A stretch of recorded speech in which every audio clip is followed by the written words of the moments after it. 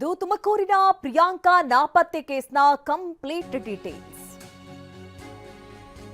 ನೋಡಿ. ಮೊದಲ ಹಂತದಲ್ಲಿ ಚಿಕ್ಕಮಗಳೂರಿನ ಮದುವೆಯಲ್ಲಿ ಪ್ರಿಯಾಂಕಾ ಭಾಗಿಯಾಗ್ತಾರೆ.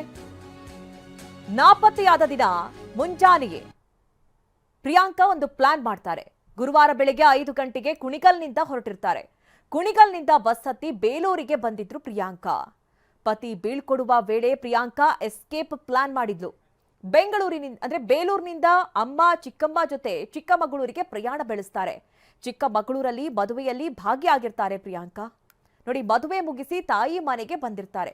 ಬೇಲೂರಿನ ಮತ್ತವರ ತಾಯಿ ಮನೆಯಲ್ಲಿದ್ದು ವಾಪಸ್ ಆಗ್ತಾರೆ. ಊರಿಗೆ ಹೊರಡುವ ವೇಳೆ ತಾಯಿಯನ್ನ ತಬ್ಬಿಕೊಂಡು ಕಣ್ಣೀರ್ ಕೂಡ ಹಾಕಿರ್ತಾರೆ. ಸಂಜೆ 6:30ಕ್ಕೆ ಮತ್ತಾವರದಿಂದ ಬಸ್ ಹತ್ತಿ ಪ್ರಿಯಾಂಕಾ ಹೊರಡ್ತಾರೆ. ಸಂಜೆ 7:07ಕ್ಕೆ ಬೇಲೂರಿನಿಂದ ಬರ್ತಾರೆ.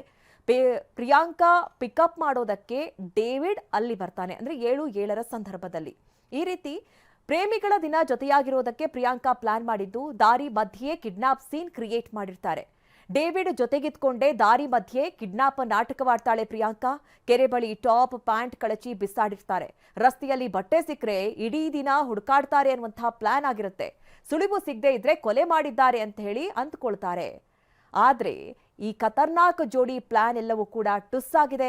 ಕಾಕಿ ಅವತ್ತೇ ಹಾಸನದಿಂದ ಕುಣಿಗಲ್ಗೆ ಬಂದಿದ್ದಂತಹ ಪ್ರಿಯಾಂಕಾ ಮತ್ತೆ ಡೇವಿಡ್ನ ಸೆರೆ ಹಿಡಿತಾರೆ.